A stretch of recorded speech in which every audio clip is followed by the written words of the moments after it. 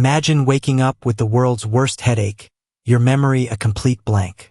You shift in bed, only to find a naked stranger beside you. For Sophia Lancaster, a brilliant and powerful CEO, this isn't just a nightmare. It's a catastrophe. The man, Alexander Leonhart, is everything she despises. He's poor, unkempt, and impossibly arrogant, with nothing but an old military backpack to his name. He claims she was the one who begged him for the night of his life. Humiliated and furious, Sophia throws him out, determined to erase the biggest mistake of her life.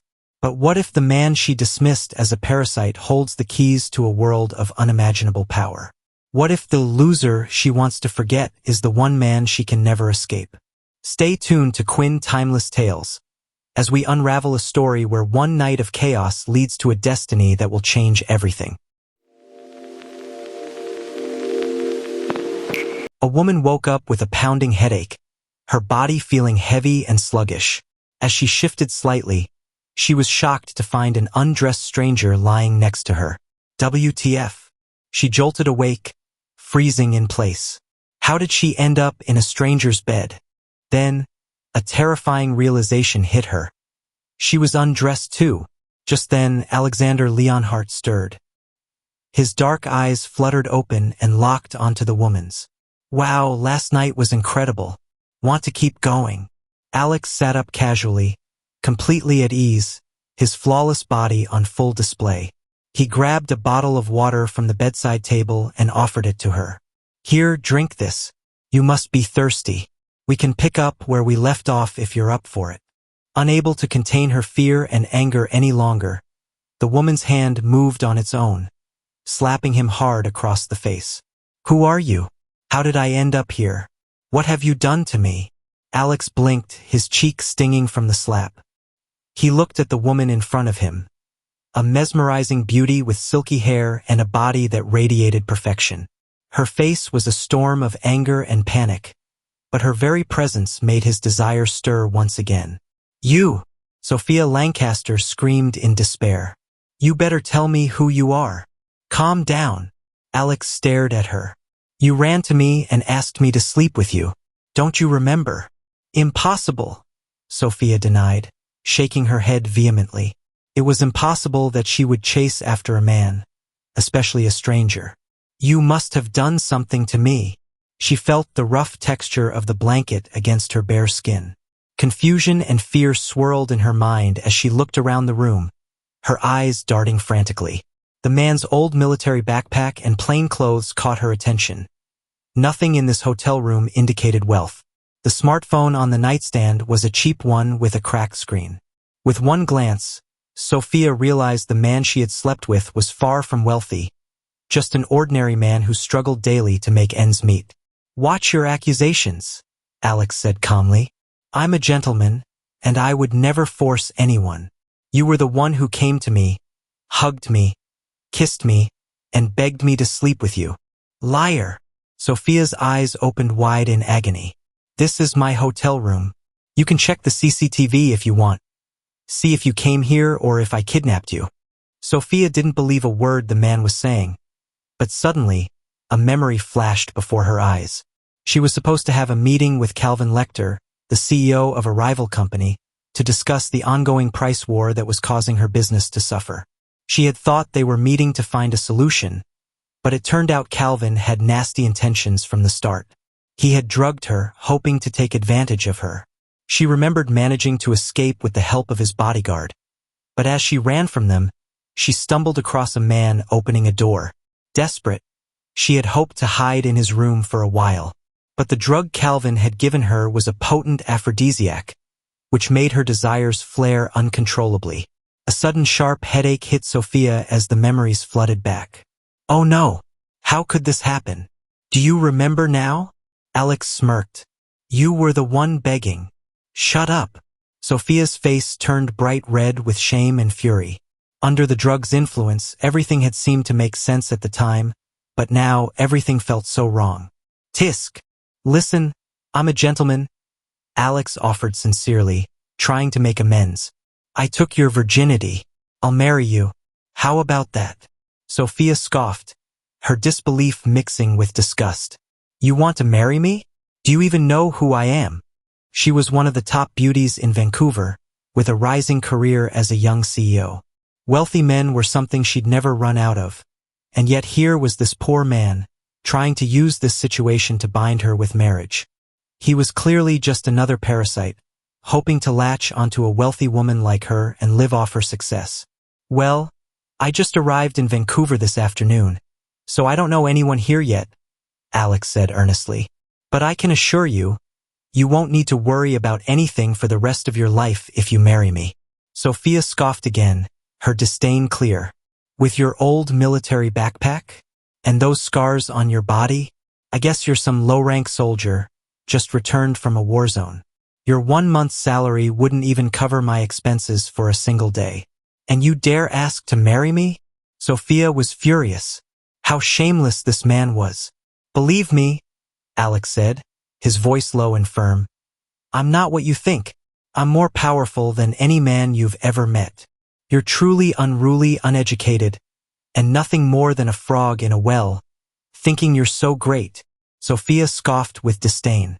That's why I despise talking to someone as lowly as you. Alex chuckled. Believe me, I am trying to be honest here. You? A powerful man? She sneered, glaring at him with utter disgust. You can't even begin to understand how powerful I am or the people I've encountered who are far more powerful than you. They could erase you with just a sneer. Alex laughed. The powerful men you know might be the ones seeking my favor, pleading for me to marry their daughters just to stay in my good graces. Trust me, you're incredibly lucky to have crossed paths with me. What a braggart. Sophia rolled her eyes in disgust. She wanted nothing more than to throw something at his smug face. How shameless could he be, pretending to be so powerful when all he had was an old military backpack? You might pretend not to know me and try to bind me with marriage just to get my money, Sophia retorted. But I warn you, that's never going to happen. If my family finds out I slept with a poor man like you, you'll be erased from this world. So you'd better keep your mouth shut and forget everything that happened here. I don't want to hear another word from you. Now, get out of this room, she demanded, her eyes blazing with fury. But Alex tried to protest. This was his room. Now. Yet, seeing the fury in Sophia's wide eyes, he chose not to argue. He quietly put on his clothes, grabbed his old military backpack, and looked at Sophia one last time. Get out, Sophia yelled at the top of her lungs. All right. In the elevator, Alex sighed, running a hand through his hair. He knew the woman was under the influence of a cruel aphrodisiac, one that would end her life if she didn't sleep with a man within the hour. If there were any other way to save her, he would have done it already. But that kind of sinister poison had no antidote. What the hell have I done? I came here to meet my fiancé, but before even meeting her, I've already slept with another woman. Maybe this is what they call a legendary bachelor party. As Alex walked out of the elevator into the lobby, it was around 5 in the morning. The hotel was quiet, with only a few people scattered around. Yet, as he crossed the lobby, a group of men in black, about 40 of them, suddenly appeared, forming 2 lines and bowing deeply as he passed. He glanced at them with little interest, his expression one of boredom, as if this was something he was long tired of. A middle-aged man stepped forward from the group, kneeling before him in a knight-like stance. I am Alfred Kingston, at your service, young master, the man declared with reverence. Alex looked down at him. Alfred, do you know why I'm here in such simple clothes? Young master, please enlighten me, Alfred responded, his head still bowed. I'm here incognito, Alex explained. And all this unnecessary fuss. Are you trying to blow my cover so everyone knows who I truly am? I apologize for my short-sightedness. Alfred quickly stood, turning to the men behind him. With a swift gesture, he signaled for them to disperse, and the line of men quickly melted away, leaving the lobby empty once more. Tell me what you're here for, Alex said as he walked toward a nearby sofa. Alfred followed closely behind, like a faithful servant. Yes, young master, Alfred responded promptly. He reached into his coat and pulled out a small box. Opening it, he revealed a black card with gold trim and a .235-carat diamond embedded in the center. This is the world's first Royale MasterCard. With unlimited credit, just use it as you see fit. Alfred humbly handed it to Alex. This card also comes with a dedicated 24/7 concierge service that is highly personalized for you alone. You'll have access to a team that can fulfill almost any request, whether it's securing last-minute reservations at the finest restaurants, arranging private jet travel, or gaining entry to exclusive events. It connects you to the most secret of circles. No one will ever say no to you. Alex looked at the card without any interest. Alfred continued. I also arranged for the newest sport car Bugatti La Voiture Noire, a one-of-a-kind model equipped with the latest artificial intelligence technology and self-driving capabilities. But since you are here incognito, I guess you won't like it. So here is a villa in case you need to have a long stay. Alfred explained with caution. Alex nodded. Good to see you understood. I'll keep the card for emergencies, but you can hold on to all the other gifts you've prepared. Now, tell me what you want. Young master, my only daughter was born sick, and now it's worse. Alfred's eyes filled with sorrow. She's in pain every day.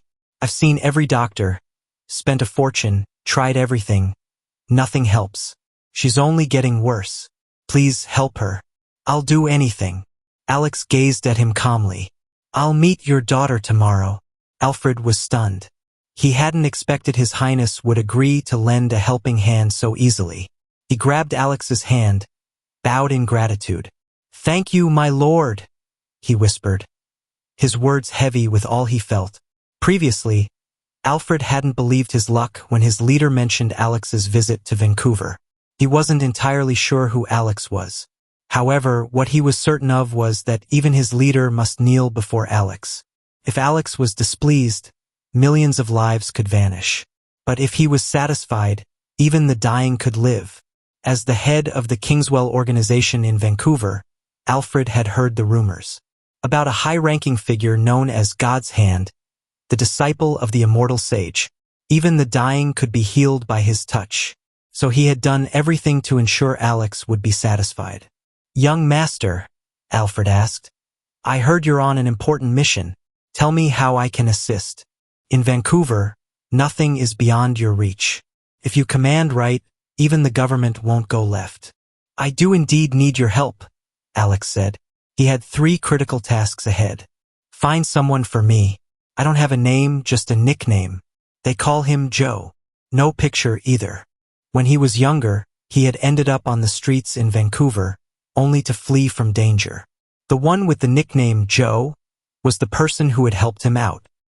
He needed to find him and to repay the kindness he had received. Your wish is my command, Alfred obediently bowed. Is that all? Alex nodded. He had 2 other tasks here. One was to meet his fiancée, and the other was to uncover his origin. However, for the former, there was no need for Alfred's involvement. Regarding the latter, it could only be addressed after finding Joe.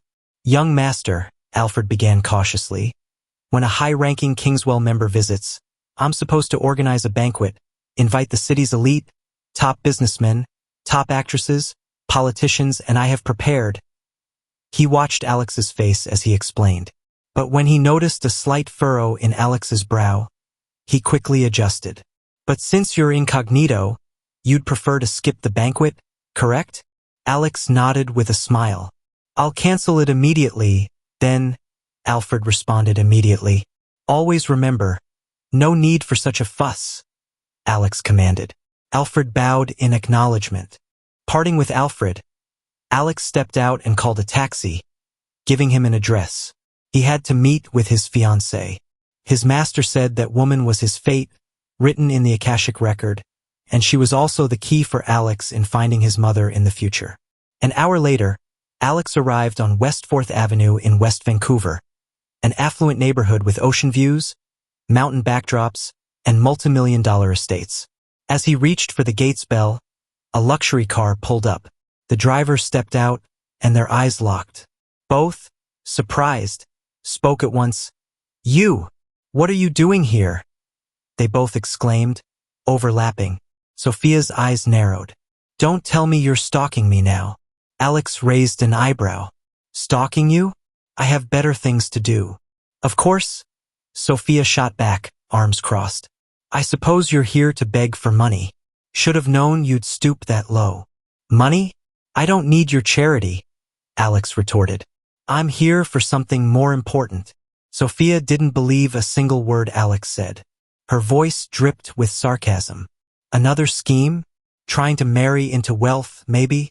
You think I'm after your money? Alex replied coldly. You're completely wrong, then. I want nothing from you. Good. Sophia snapped, her anger rising. Because I have nothing to give, especially not to you. Alex frowned. If it wasn't because of his help, she would have been abused by who knew whom, or even worse, died beneath a random bastard's groin. Sophia glared at him one last time before turning on her heel and driving through the automatic iron gate, leaving Alex alone on the pavement. He checked the address in his hand. This was indeed his fiancé's house, arranged by his master, the immortal sage. He had no choice but to move forward and meet his fiancée. The mansion loomed before him, grand and imposing. His fiancée could be anyone, maybe even that woman's sister. Thinking of how he may have slept with his fiancée's sister, Alex mused with a bitter smile. Yeah, everything just keeps getting better. As Alex approached the house entrance, Sophia noticed that he was behind her. Haven't you had enough? Believe me, Alex replied. Running into you is the last thing I wanted today. Sophia stepped out, blocking his path. So what is it then? Are you here to remind me of the biggest mistake of my life? Mistake. Alex's tone grew colder. I could say the same. You think I enjoyed waking up and realizing I'd wasted my time with someone so shallow? Shallow? Sophia's eyes flashed with anger. You're just bitter because you know I'm right. You're nothing but a loser, a gold digger. Alex laughed, shaking his head. You're delusional. I don't need anything from you, least of all your money. Sophia stepped even closer, her finger jabbing the air between them. Then what do you want? To ruin my life even more? No, I'm not here to ruin anything. Alex locked his eyes with hers. I'm meeting my fiancé. Your fiancé? You have a fiancé? Sophia was shocked. I'm here to meet someone named Sophia Lancaster at this address. Alex's patience was wearing thin. I'm not looking for you. So, if you can help me out, call her, and I'll leave as soon as possible. WTF. Sophia paused, her expression shifting from shock to realization. Wait, you're here for that Sophia Lancaster? Alex coldly replied. Yes, can you please just get her? I don't have time for games. Sophia bit her lip, trying to mask the confusion swirling inside her. There's no need to call anyone. I'm Sophia Lancaster. They stood there, staring at each other in stunned silence. Just then, a voice called out from inside the mansion. Alexander Leonhart. An old man stepped out, his face lighting up with a wide smile. Master told me you would come today. What are you doing out there? Grandfather, Sophia called. The old man, Abraham Lancaster, turned towards them, his eyes twinkling with amusement. He looked between them, his smile growing even wider as if he had been waiting for this moment. So, you've met Alex, your fiancé. It's great to know you both know each other. Sophia quickly interjected. We are not. Call your parents, Sophia, Abraham said, cutting her off. Gather everyone in the great hall.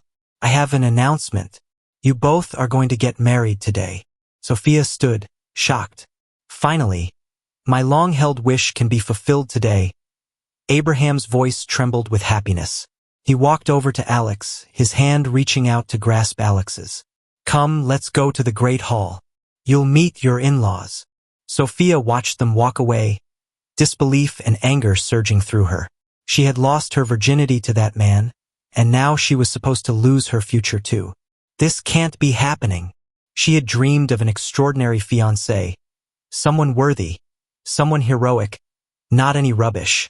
Instead, she was now being handed to a man she could have picked off the street.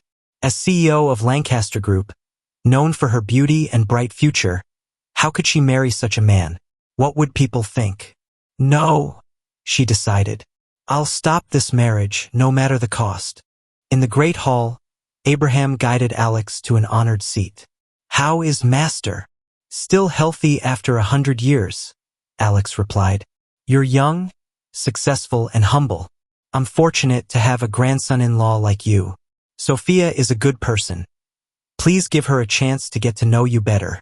Alex nodded politely, but he doubted the possibility. Sophia didn't look like she wanted the chance. Wonderful, wonderful. Abraham laughed joyfully. However, just then an angry voice cut in. Are you insane? Sophia cannot marry him. Lady Lancaster, Abraham's wife, angrily stormed into the great hall. She was flanked by their 2 sons and 2 daughters-in-law, with Sophia trailing behind them. Old man, how can you marry off Sophia, our greatest beauty, to that poor man? Is your brain rotten or what? Her anger grew. My beautiful granddaughter can never marry a lowlife. She will marry Chris Rowland. He's wealthy and powerful, and can secure our family's future. Chris Rowland. Abraham frowned. That hypocritical playboy? Don't you know Jerry Rowland? Lady Lancaster snapped. He works for Alfred Kingston, who practically owns Vancouver. Chris is his only son. Marrying him ties our family to the Kingstons. Sophia's parents also looked at Alex, and a dissatisfied frown crept onto their faces. Alex wore a simple shirt typically seen on people of low economic status, which made them even more certain he was unworthy of their daughter. Father, you must be joking, said Sophia's father, Robert Lancaster, stepping forward. Our family has a reputation to uphold.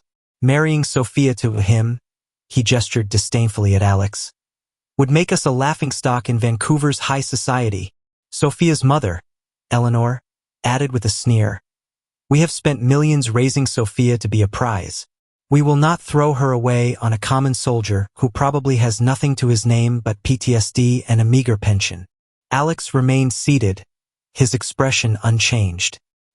He watched the family drama unfold as if it were a poorly acted play, his calmness only infuriating them further. Enough! Abraham's voice boomed, silencing the room. This marriage was arranged by my old friend, the immortal sage himself. It is an honor for our family, one you are all too blind to see. My decision is final. Grandfather, I won't do it. Sophia finally cried out, her voice filled with desperation. I will not marry this man. I'd rather die. Just as the tension reached its peak, a butler hurried into the hall. Mr. Lancaster, Mr. Chris Rowland is here to see Miss Sophia. Lady Lancaster's face lit up. Chris, perfect timing. Let him in immediately. A moment later, a handsome young man in a designer suit strode in, a confident smirk on his face. He held a bouquet of rare black roses. Sophia, my love, I heard you were back and... His words trailed off as he saw Alex sitting in the seat of honor. His smirk turned into a sneer of contempt. Who is this? Don't tell me the Lancasters are entertaining beggars now. Sophia's family looked pleased, seeing the stark contrast between the impeccably dressed Chris and the plainly clothed Alex. This, they thought, would surely make Abraham see reason. Chris, my boy, Lady Lancaster said sweetly, this is a misunderstanding. Sophia will, of course, be with you. Chris walked over to Alex, looking down at him with utter disdain. You should know your place. Get out of here before I have you thrown out. Alex slowly looked up, a ghost of a smile playing on his lips. And who are you to give me orders? I am Chris Rowland. My father works for Mr. Alfred Kingston, he declared proudly, as if the name itself was a weapon. One word from me, and you'll never find a job in this city again. Is that so? Alex's voice was dangerously quiet. Before Chris could continue his tirade, the butler rushed in again, his face pale and flustered. Sir, Mr. Alfred Kingston himself is at the door. The entire Lancaster family froze. Alfred Kingston, the shadow ruler of Vancouver? Here, let him in. Now. Abraham commanded, standing up. The rest of the family quickly composed themselves, their faces a mixture of awe and excitement. This was their chance to solidify the connection. Alfred Kingston entered the great hall, his presence commanding immediate respect. Robert and Eleanor rushed to greet him, fawning over him. "Mr. Kingston, what an unexpected honor. A pleasure to have you in our home." Alfred ignored them completely. His eyes scanned the room, a flicker of panic in them, until they landed on Alex. In a move that sent shockwaves through the entire room, Alfred Kingston, the most powerful man in Vancouver, dropped to one knee before Alex. His head was bowed in absolute submission. "Young master," Alfred's voice trembled with reverence and fear. "I apologize for intruding. I came as soon as I heard you were here. Please forgive my tardiness." The great hall fell into a dead silence. You could hear a pin drop. Chris Rowland's face turned white as a sheet. His jaw hung open, and the bouquet of roses slipped from his nerveless fingers, scattering on the marble floor. Lady Lancaster, Robert, and Eleanor stood petrified, their sycophantic smiles frozen on their faces, now looking grotesque and foolish. They had just insulted, belittled, and tried to throw out the man whom the great Alfred Kingston called young master. Alfred, still kneeling, saw the stunned Chris Rowland. A cold fury entered his eyes. "You," he growled, pointing a trembling finger at Chris. "Did you just disrespect the young master?" Chris began to shake uncontrollably. I didn't know. "You are a disgrace to your father and to me," Alfred roared. "From this moment on, you and your family are finished in this city. You will have nothing. Now get out of my sight before I do something I regret." Chris stumbled backward, tripping over his own feet before scrambling out of the room like a terrified rat. Alfred turned back to Alex, his expression once again one of complete servitude. "Young master, please command me. Whatever you wish, it shall be done." Alex finally stood up, his gaze sweeping over the shell-shocked Lancaster family before finally resting on Sophia. Her face was a canvas of disbelief, horror, and a dawning, terrible understanding. The man she had slapped, called a parasite, a loser, a gold digger, was a figure so powerful that the king of the city knelt before him. The old military backpack, the cracked phone, it was all a facade. Alex looked directly into her wide, panicked eyes, his voice calm but carrying the weight of an unbreakable command. "As your grandfather said," he stated, leaving no room for argument, "the wedding is today." Sophia felt her world tilt on its axis. She was trapped. She had made the biggest mistake of her life, and now there was no escape. And with one single act of submission, the tables have completely turned. The man Sophia called a frog in a well has just been revealed as the master of the entire pond. The powerful elite of Vancouver, her family, and the fiancé she thought she wanted are nothing but ants before the man she tried to discard like trash. Sophia is trapped. The wedding she fought so desperately to stop is now an unbreakable command. Her greatest humiliation has become her inescapable fate. What will happen now? How will Sophia cope with being married to a man whose power she can't even comprehend? What will be the consequences for her family who so openly despised him? And what is Alexander's true purpose in Vancouver? The story has only just begun. What do you think Sophia should do next? Let us know your thoughts in the comments below. If you were on the edge of your seat, don't forget to like this video, subscribe to Quinn Timeless Tales, and ring that notification bell so you don't miss a single second of the thrilling next chapter. You won't want to miss what happens when Sophia Lancaster becomes Mrs. Alexander Leonhart.